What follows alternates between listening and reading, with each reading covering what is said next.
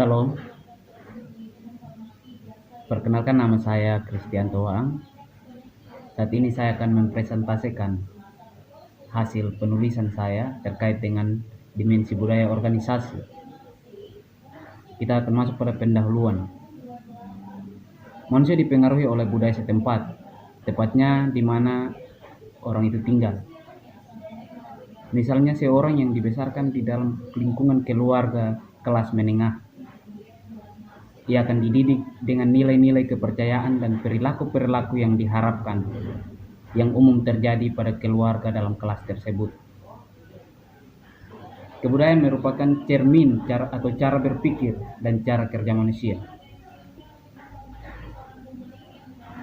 Budaya organisasi. Pemahaman tentang budaya organisasi tentu tidak lepas dari konsep dasar tentang budaya, yang merupakan salah satu terminologi dan sosiologi. Menurut Edward, yang dikutip oleh Agdon, mendefinisikan kebudayaan sebagai keseluruhan yang kompleks, yang di dalamnya terkandung pengetahuan, kepercayaan, kesenian, moral, hukum, adat istiadat, dan kemampuan-kemampuan lain yang didapat sebagai seorang anggota masyarakat. Dari pengertian di atas, kita dapat berpijak pada dua kata kunci, yaitu budi dan daya. Budi artinya akal dan hati sebagai perwujudan dari daya yang berarti karya, ciptaan dan karsa manusia.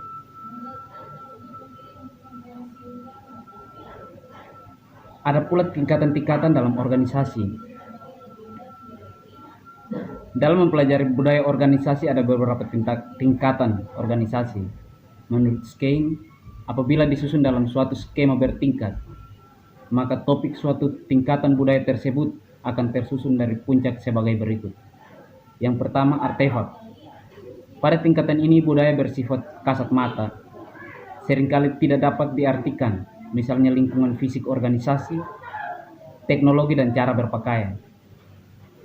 Yang berikut, nilai. Hal ini sulit diamati secara langsung sehingga cara menyimpulkannya seringkali diperlukan wawancara dengan anggota organisasi yang mempunyai posisi kunci atau menganalisis dokumen.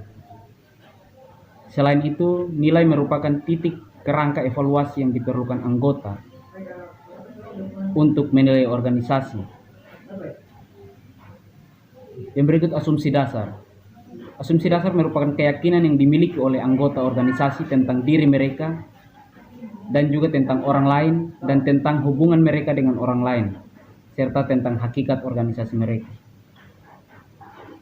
Yang ketiga, elemen budaya organisasi. Secara umum, elemen organisasi dapat dibagi menjadi dua, yakni bersifat idealistik. Idealistik sendiri merupakan elemen yang menjadi ideologi organisasi yang tidak mudah berubah. Elemen ini biasanya tidak tampak di permukaan, hanya orang-orang tertentu yang menyadarinya. Biasanya dipengaruhi oleh pendiri organisasi. Ideologi pendiri organisasi akan sangat mempengaruhi arah organisasi. Ideologi organisasi biasanya tercermin dalam visi dan misi. Elemen lain adalah elemen behavioral, yang mana elemen ini merupakan elemen yang kasat mata, yakni berupa perilaku sehari-hari anggota organisasi dan bentuk lain seperti desain dan arsitektur organisasi.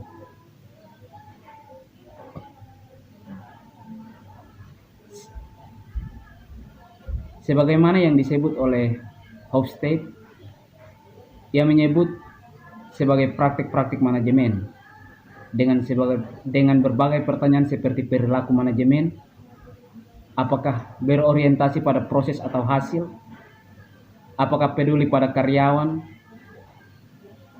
Budaya dapat berperan sebagai sarana komunikasi pendiri kepada anggota. Budaya organisasi juga memiliki kegunaan sebagai berikut. Yang pertama, pembeda dengan organisasi lainnya. Yang kedua, identitas anggota sebuah organisasi. Yang ketiga, komitmen anggota di atas kepentingan bersama. Yang keempat, perekat sosial dengan menyediakan standar yang anggota harus lakukan dan katakan. Yang kelima, mekanisme kontrol yang membentuk perilaku anggota. Yang berikut, interaksi antar individu dalam organisasi. Budaya organisasi juga terbentuk dengan adanya interaksi antar individu dalam organisasi. Interaksi antar individu dalam organisasi yang pada dasarnya setiap individu memiliki latar belakang budaya yang berbeda-beda. Selanjutnya, bagaimana budaya dapat dibina? Pembinaan budaya dapat dilakukan dengan serangkaian langkah sosialisasi seperti seleksi pegawai objektif, penempatan orang sesuai dengan kemampuan dan bidangnya, memperoleh dan meningkatkan kemahiran melalui pengalaman, pengukuran prestasi dan pemberian imbalan yang sesuai, penghayatan akan nilai-nilai kerja, dan juga pengakuan dan promosi. Berbagai hal tersebut dapat dilakukan dalam membina budaya organisasi, baik di perusahaan ataupun lembaga-lembaga pendidikan. Tentu saja hal-hal tersebut dapat ditambahkan lagi dalam rangka pemantapan budaya organisasi. Budaya organisasi yang dikelola akan memberikan dampak positif pada kinerja institusi secara umum, karena budaya organisasi tersebut akan mengarahkan perilaku para anggota organisasi. Yang terakhir, kesimpulan.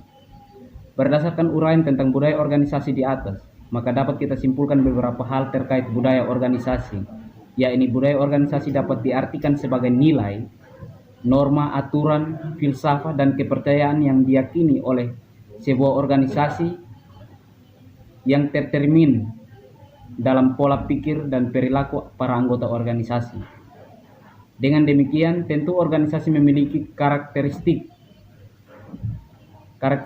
penting dari budaya organisasi, diantaranya adalah aturan-aturan perilaku, norma, nilai-nilai dominan, filosofi, peraturan yang tegas, dan organisasi.